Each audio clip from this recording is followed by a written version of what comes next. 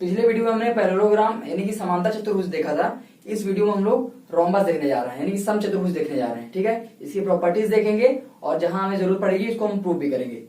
ठीक, तो देखते हैं।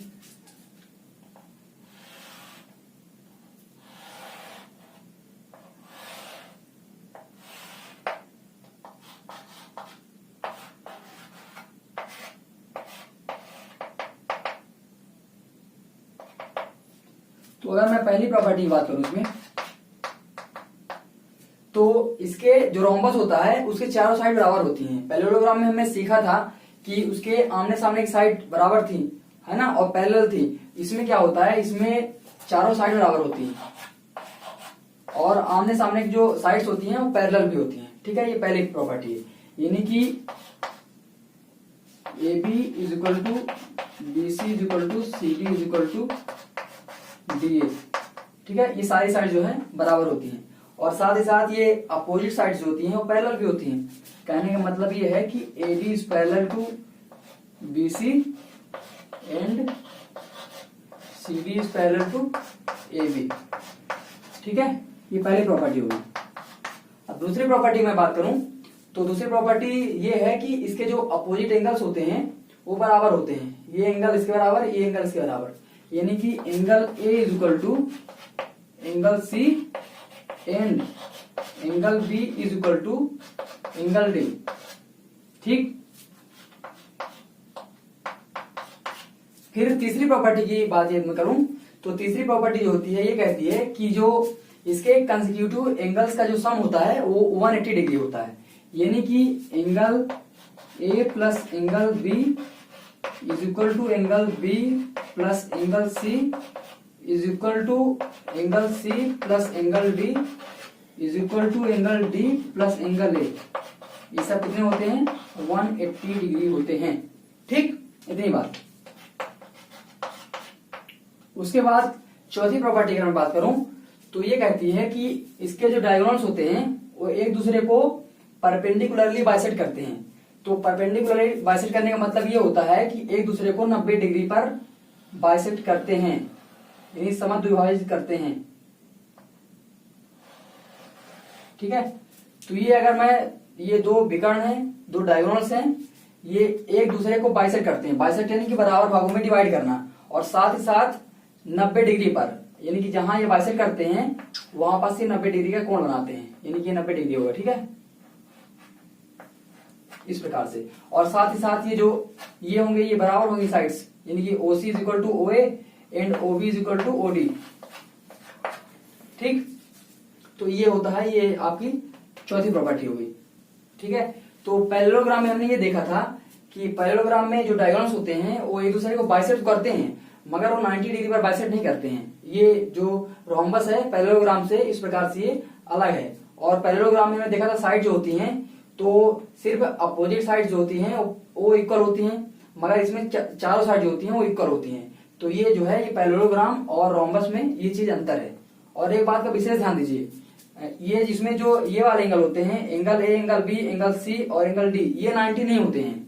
इनको बिल्कुल भी 90 नहीं करना है। ठीक है, 90 डिग्री ये होते हैं जहां पास एक दूसरे को डायगोनल बाइसेक्ट करते हैं वहां पास ये 90 डिग्री फॉर्म करते हैं। ठीक है, इतनी बात समझ आ गई होगी। अब चलते हैं हम इसके बाद इसका एरिया वगैरह निकालते हैं।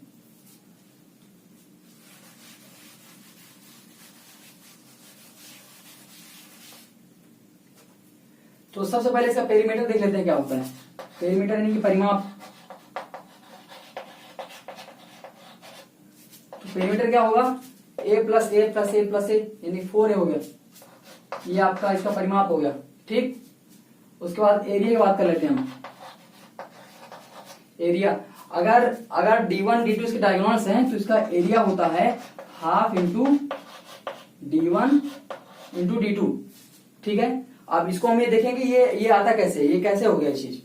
तो हमें पता है कि जो ये डायगोनल्स होते हैं एक दूसरे को बाइसेक्ट करते हैं, यानी कि अगर ये पूरा D1 है तो ये D1/2 हो जाएगा और ये भी D1/2 हो जाएगा। अगर ये पूरा D2 है तो ये D2/2 हो जाएगा और ये भी D2/2 हो जाएगा। ठीक, तो इसमें आप फिगर में देख सकते होंगे कि कुल 4 ट्रायंगल बन रहे हैं। एक ये ट्रायंगल हो गया, DOC, एक COB, एक BOA और एक AOD, ठीक है। तो अगर मैं इनकी एरिया की बात करूं तो मैंने आपको बताया था कि अगर दो साइड दी हूं और दोनों साइड के बीच का एंगल हमें मालूम हो तो उसका हम एरिया निकाल सकते हैं। तो इसका पूरे का एरिया क्या होगा, एरिया ऑफ रोम्बस क्या होगा,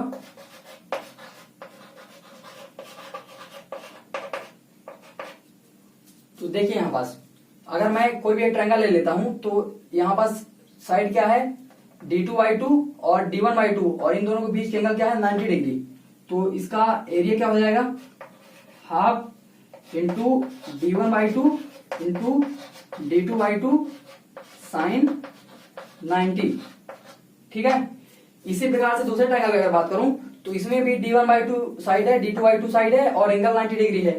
तीसरे में भी सेम D2/2 D1/2 और चौथे में भी D1/2 D2/2 और दोनों के बीच एंगल 90 डिग्री है। इन्हीं चारों बार जो है ये सेम क्वांटिटी यही आने वाली है। तो इन्हीं अगर रोम्बस का एरिया निकालना है तो इसको मैं 4 से इसको मैं मल्टीप्लाई कर दूं, ठीक है, क्योंकि चारों बार यही वाली क्वांटिटी आने वाली है। तो ये कितना हो गया, हाफ D1 D2 अपॉन 2 और साइन 90 वैल्यू 1 होती है तो इंटू ये कितना हो गया, ये आपका 4 हो गया, यहाँ पास 2 2 4 होगा तो 4 से 4 कैंसिल आउट। तो यहां से क्या बन गया, हाफ D1 D2, ठीक है। तो यही होता है आपका एरिया, रोम्बस का एरिया, ठीक है ना। यहां से हमने प्रूव कर दिया।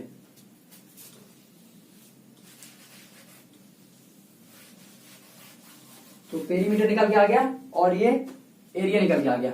उसके बाद हम यहां से कुछ ये और देख सकते हैं कि अगर मैं इस एक ट्रायंगल को यहां से ले लेता हूं, इस ट्रायंगल को मान लीजिए ले लेता हूं मैं BOC को ले लेता हूं तो ये 90 डिग्री है, तो इसके सामने साइड हाइपोटेनस।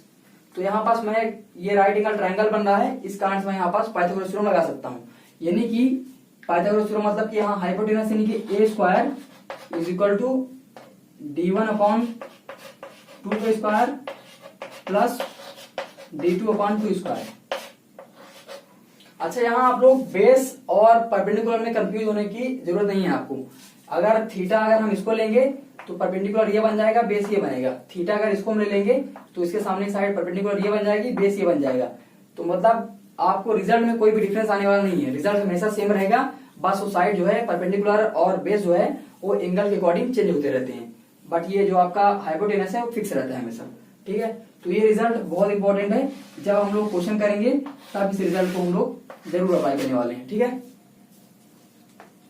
तो ये तीन पेरीमीटर, एरिया और ये रिजल्ट आपको याद रखना है। इसके बाद चलते हैं हम कुछ क्वेश्चन लगा लेते हैं, ठीक है। तो ये रहा आपके पास क्वेश्चन क्या है, किसी समचतुर्भुज का क्षेत्रफल 216 सेंटीमीटर स्क्वायर है एवं एक विकर्ण की लंबाई 24 सेंटीमीटर है, तदनुसार उस समचतुर्भुज का परिमाप कितना होगा, ठीक है। तो आपके पास 4 ऑप्शन दिया गया है, तो हम इसको सॉल्व करते हैं, ठीक है। तो आपके पास एरिया दिया गया है उसका और आपके पास एक डायगोनल दिया गया है, ठीक है। तो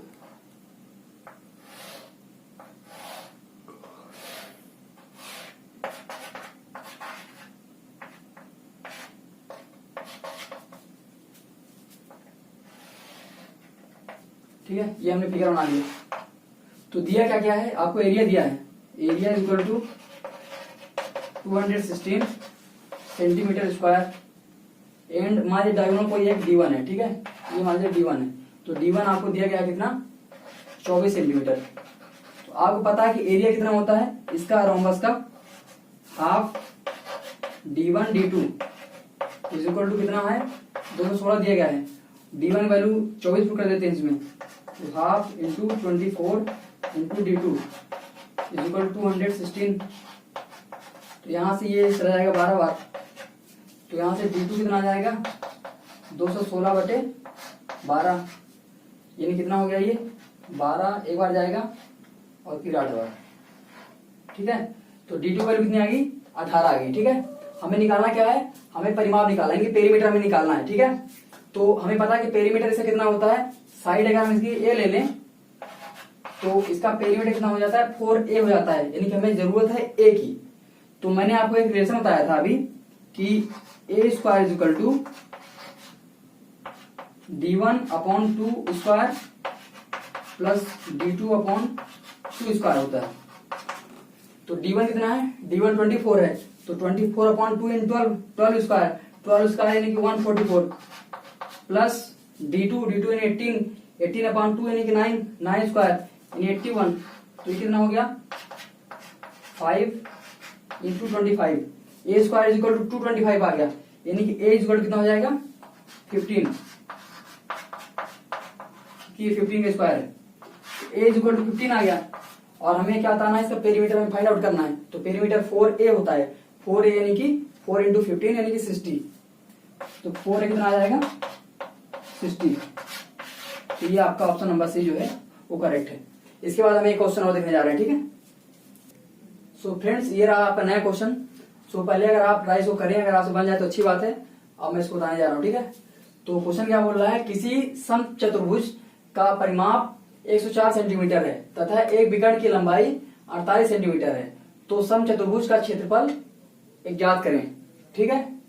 तो इसमें क्या दिया गया है, इसमें समचतुर्भुज का परिमाप दिया गया है, वो कितना होता है, वो होता है 4a, यानी 4a वैल्यू दी गई है आपको 104, ठीक है। इसका मतलब क्या हुआ, यहाँ से आप साइड निकाल सकते हो, ठीक है ना। रोम्बस की साइड जो है आप यहाँ से निकाल सकते हो, कितना आ गया 26 सेंटीमीटर, ठीक है, ये आपकी साइड आ गई। उसके बाद और क्या दिया गया, एक जो है आपको डायगोनल दिया गया, विकर्ण दिया गया, यानी कि D1 वैल्यू दी गई है आपको, D1 is equal to 48 centimetre, ठीक है। और हमें क्या निकालना है, हमें निकालना है क्षेत्रफल निकालना है। तो इसके लिए क्षेत्रफल का फॉर्मूला हमें पता है कि हाफ D1 D2 होता है, D1 हमारे पास है, D2 वैल्यू में निकालनी है। और हमें एक रिलेशन पता है कि a square is equal to होता है D1/2 square plus D2/2 square.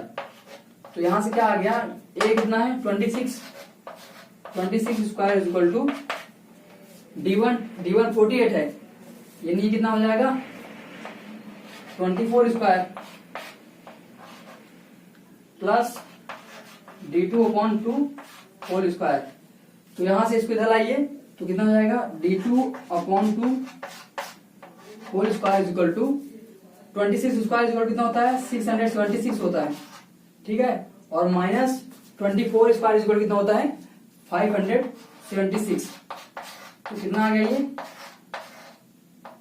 ये आपका आ गया 100, ठीक है। तो D2/2 whole square is equal to 100 आ गया। इसका मतलब क्या हुआ यहाँ से कि D2/2 की वैल्यू आ गई 10, तो यहां से D2 वैल्यू कितनी आ गई 20, ठीक है। तो D2 20 है, D1 48 है, तो एरिया कितना हो जाएगा, area is equal to half D1 D2, यानी कि हाफ D1 48 इंटू D2 कितना है 20, ठीक है, यानी 10 टाइम जाएगा और ये हो गया आपका 480 सेंटीमीटर स्क्वायर।